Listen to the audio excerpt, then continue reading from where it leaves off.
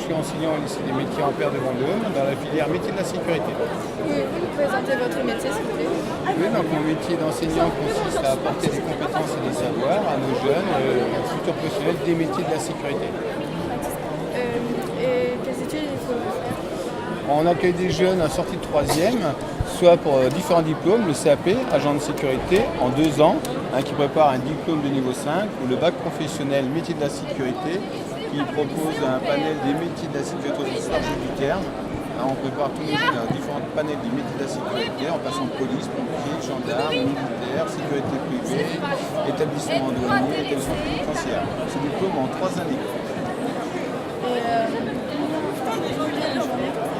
Comment? Ça dure comme journée. En une journée, combien ça dure? Donc le lycée professionnel, donc l'enseignement professionnel, le CAP 18h50, l'enseignement professionnel, et en bac professionnel 14h. Plus l'enseignement général, ça leur fait des journées de 29h. Et quelles sont les qualités requises? Les qualités requises pour exercer dans ces métiers de la sécurité, une bonne aptitude physique, beaucoup de sport, une bonne moralité, une bonne intégrité et un casier judiciaire vierge, bien sûr. Et vous pouvez décrire une journée type? Une journée type dans notre établissement scolaire? Une journée type dans notre établissement scolaire, donc c'est alterné de séances de cours, des cours théoriques, enseignement général, par exemple mathématiques, physique, français, etc., anglais, des cours d'enseignement professionnel qui sont répartis avec beaucoup de pratiques. Dans les cours de pratique, on fait du secourisme, par exemple, donc des mises en situation pratique de secourisme, des mises en situation pratique pour faire une ronde d'incendie, gestion d'un poste de sécurité, et tout un tas d'interventions, premier secours en équipe de niveau 1. Est-ce qu'il y a des risques d'incident? Oui, bien sûr. Leur future profession consiste à déceler justement tous ces incidents. Donc on va tout mettre en œuvre à partir d'exercices de prévention pour qu'il n'y ait pas de ce genre d'incident. Et vous pouvez nous en donner quelques exemples?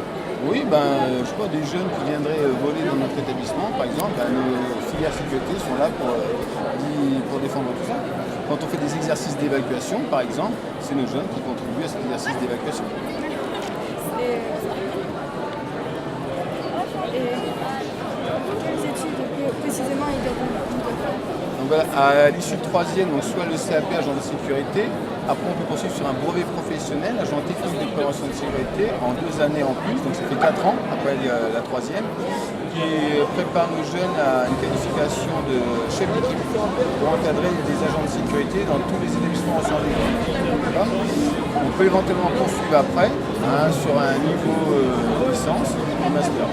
Notre bac pro, c'est pareil. Après notre bac pro, la majorité de nos jeunes s'orientent vers un BTS. Et après, ils rentrent dans l'emploi rapidement. Alors, dans l'emploi de solutions, soit intégrer des entreprises de sécurité privée, ou alors via des concours de la fonction publique pour intégrer des postes tels que sapeurs-pompiers, gendarmes, policiers, militaires par des sélections, etc. Est-ce qu'il y a plus de la majorité qui arrive à avoir le diplôme? Oui, on a un taux de réussite relativement conséquent. L'année dernière, 97%, le bac MS. Et en CAP, on a eu 95%. Et celle qui ne l'a pas eu, c'est parce que c'est un problème de stage. Il lui manquait une semaine de stage. Pendant leur cursus, ils ont des périodes de formation en milieu professionnel à faire qui sont obligatoires pour valider le diplôme. Sinon, ils ne valident pas le diplôme. Et ça les pénalise beaucoup, ceux qui n'ont pas de stage? Oui, parce que regarde, sinon ils n'obtiennent pas leur CAP. Même s'il y a 17 de moyenne, ils ne peuvent pas valider leur diplôme s'ils n'ont pas leur nombre de semaines en entreprise. D'accord? C'est tout l'intérêt du lycée professionnel. Ces périodes en entreprise sont obligatoires.